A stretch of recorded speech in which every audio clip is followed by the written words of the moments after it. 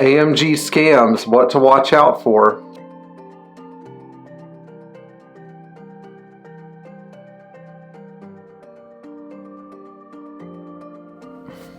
There's a saying that when a car becomes valuable, about 200% more examples suddenly appear on the market. So the joke behind that is that suddenly there are more cars available for sale, and the question is how many of them are actually real and how many of them are not. So this story has to do with something that I've been thinking for a long time, but was suddenly confirmed just yesterday. So a friend of mine and I had breakfast the other morning, and I was driving down to Florida's West Coast to meet him and meet with a couple of customers and take care of some personal business. And we were talking about AMG cars, and so he had been offered this beautiful wide-body SEC out of Japan. And so this was a more than ideal car. It was a 91. It was a 1 year only color, and it had a 117, 119, or 119, 117 hybrid engine, which is the best engine I think they put in those cars from a usability perspective. And they were offering him the car out of Japan, or rather offering a guy that was brokering the car out of Japan for 185. And so it seemed like it was almost too good to be true, because just a week before, $675,000 was what you were going to have to lay down to get yourself a wide-body SEC. Any wide-body SEC.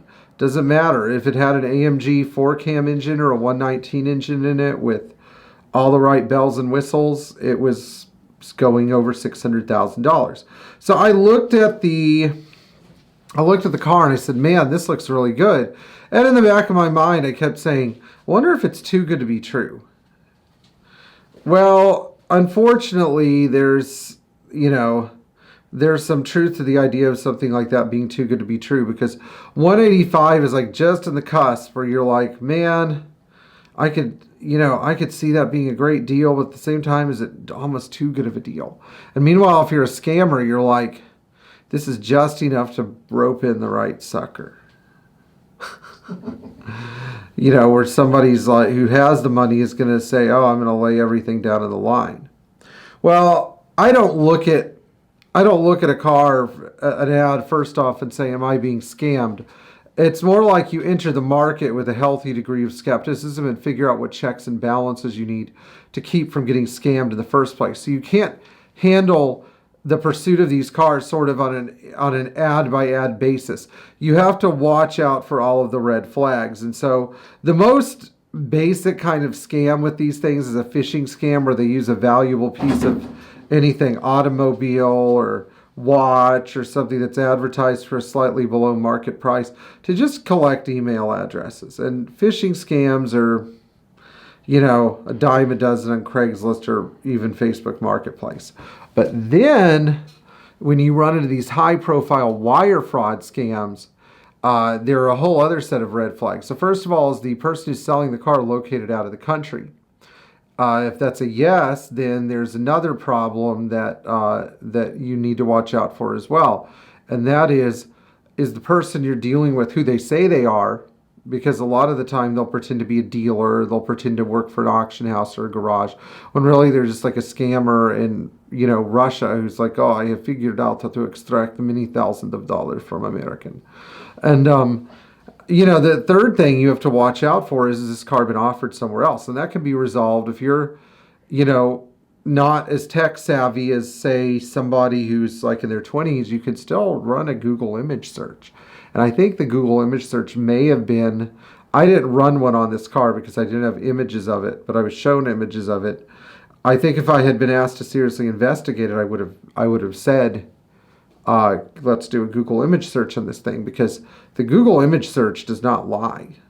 The chances of there being two identical cars with like the same picture online is basically zero. Now, one last thing I'm going to tell you about these scams.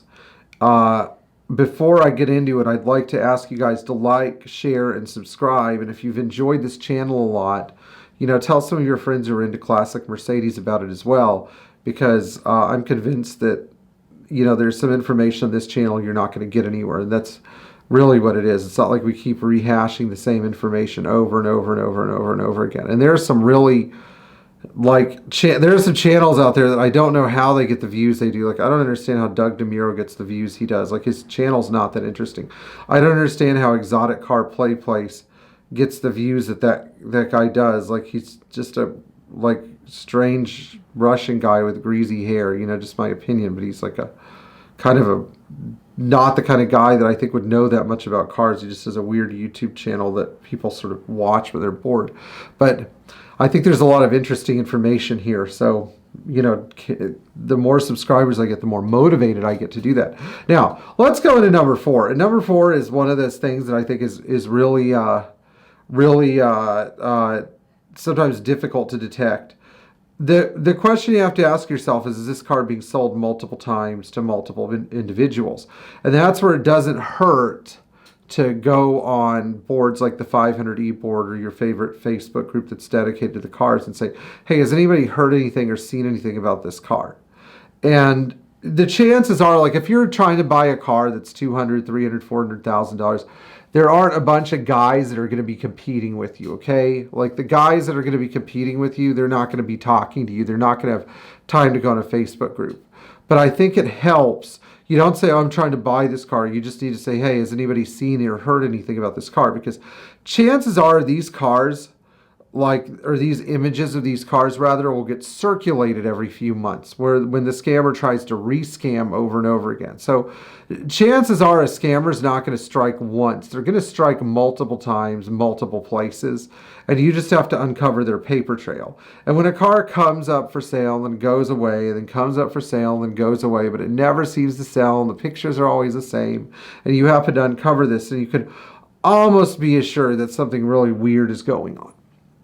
So, if you liked this video and found it to be really useful, again, leave a comment below. And maybe, here's some food for thought, maybe that's one of the reasons the auction companies get the money they do, because people would rather pay $600,000 and feel like their purchase is safe and guaranteed than send $300,000 to Hijackistan and not know if the AMG is going to arrive in a shipping container or not. So, that's some food for thought. Anyway, I'll see you guys in the next video. Thanks.